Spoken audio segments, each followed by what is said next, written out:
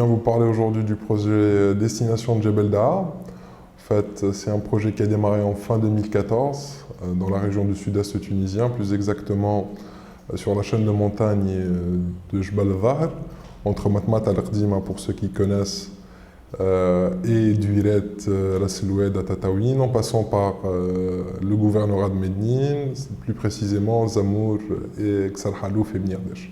Ce projet, c'est un projet qui a pour objectif la création d'un organisme de gestion de destination en partenariat public-privé.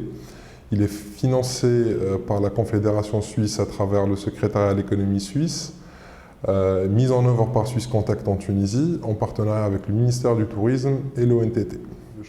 Donc c'est une région, en fait, après la Révolution, qui a vu la création d'une plateforme du tourisme alternatif, qui comprenait un certain nombre de prestataires du tourisme alternatif, les autorités publiques locales et quelques agences de voyage. Donc cette plateforme a préparé en fait ce projet. Le secrétaire à l'économie suisse a lancé un appel d'offres qui a été dont l'objectif est la création d'un organisme de gestion de destination. Et 2 ans pratiquement après le démarrage du projet, nous nous retrouvons avec une avant-première avec vous aujourd'hui. Donc on a essayé à travers le projet, en partenariat avec tous les partenaires, de fédérer les acteurs du tourisme régional dans ce qu'on appelle un organisme de gestion de destination. Cet organisme de gestion de destination, il a pour vocation de gérer l'offre touristique dans ce territoire qui est environ de 6500 km². Principalement de promouvoir la destination. Donc je suis là avec vous pour vous parler un peu du Dahar. C'est une région qui connaît le tourisme depuis les années 60, notamment à Matmat, à Yashneni, Star Wars, les grottes troglodytiques, mais c'est une région aussi qui intéresse beaucoup les Tunisiens. On voit de plus en plus de Tunisiens venir dans la région et chacun y retrouve un peu son compte. On a la randonnée, on a des paysages vraiment exceptionnels à couper le souffle carrément, des vues panoramiques, l'hébergement troglodytique, ce concept de cocooning, c'est une expérience qui plaît beaucoup aux enfants, de la culture, c'est une région 3 fois millénaire avec les fameux ksurs, ces greniers fortifiés, les villages perchés, les villages citadelles, Germessa, Chnelni, Duiret.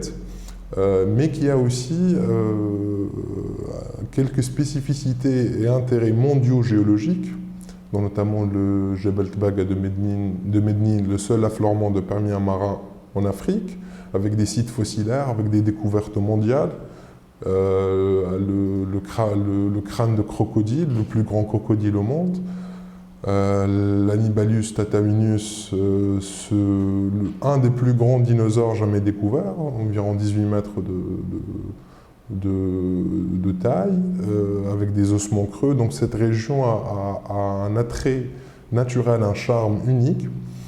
Nous avons choisi de communiquer, de promouvoir avec les prestataires cette région. Ils se sont préparés pendant 2 ans, ils ont amélioré leur offre, ils ont eu des formations en cuisine de terroir, ils se préparent à accueillir les visiteurs. Cette année, on est content parce qu'ils sont de plus en plus nombreux. On assiste à un retour progressif de la fréquentation dans la région. Les Tunisiens sont très demandeurs de tourisme alternatif. Ils veulent être, bien accueillis, se sentir exclusifs, etc. Donc sur le stand du CRAM, on va présenter la destination avec ses atouts, en présence d'un grand nombre de prestataires d'hébergement.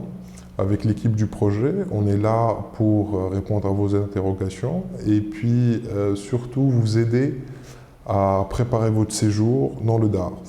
En fait, c'est le concept qui est prédominé en Tunisie, qui prédomine encore. Nous travaillons avec les prestataires, les partenaires, à diversifier le produit touristique.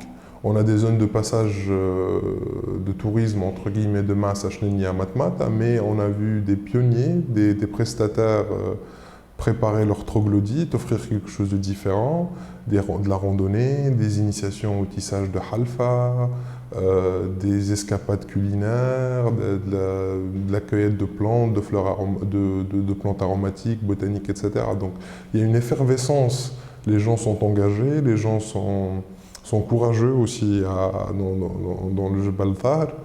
Ils se préparent à la reprise du tourisme en Tunisie. On assiste à beaucoup d'événements, de festivals, de cérémonies de mariage. Il y a des salles de patrimoine un peu partout. Donc ce que je voudrais dire, c'est une région accessible. On a tendance à penser que le sud est inaccessible, les routes sont goudronnées, il y a Internet, il y a la 4G. Nous avons essayé de réunir l'ensemble des prestataires sur un site web, destinationdart.com. Vous pouvez retrouver sur ce site les principales attractions, mais aussi l'adresse de tous les prestataires pour pouvoir réserver votre séjour. Appelez-les, ils seront très contents de vous accueillir et de vous faire découvrir leur patrimoine et leur montagne. Au salon pour présenter leur offre, pour négocier avec les agences. Donc nous, on est là pour les appuyer, pour les accompagner à vendre, commercialiser leurs produits, mais surtout à avoir une image commune de promotion de la destination. On fait le tourisme avec les gens et pour les gens. Donc eux, ils ont choisi de promouvoir un tourisme durable et surtout authentique. Nous, on est là pour les appuyer, pour faciliter un peu leur démarche. À promouvoir ces destinations. Donc le stand pour nous c'est une première en termes de communication. Il y aura d'autres produits de communication qui vont arriver, dont notamment une application mobile en offline, une plateforme web regroupant l'ensemble des prestataires, mais aussi ce qu'on va dévoiler en avant-première peut-être aussi en Tunisie, c'est la première carte touristique de destination. C'est une carte qu'on a élaborée avec nos partenaires pour pouvoir se baser sur la géolocalisation et surtout rendre ce tourisme individuel accessible aux Tunisiens. Donc à partir du mois de septembre, vous pourrez télécharger la carte, elle sera diffusée gratuitement dans le DAR, dans les points d'information de l'ONTT pour faciliter l'avant-séjour et surtout le séjour où il y aura aussi de l'information culturelle scientifique avec les vues panoramiques, à peu près une quarantaine de sites historiques et naturels et l'adresse des prestataires. Et voilà, donc nous espérons voir du monde au salon, nous vous invitons. Donc du 5 au 8 avril à partir de 10 h au parc des expositions du CRAM. Nous sommes là pour vous accueillir avec les prestataires du DAR, donc venez nombreux.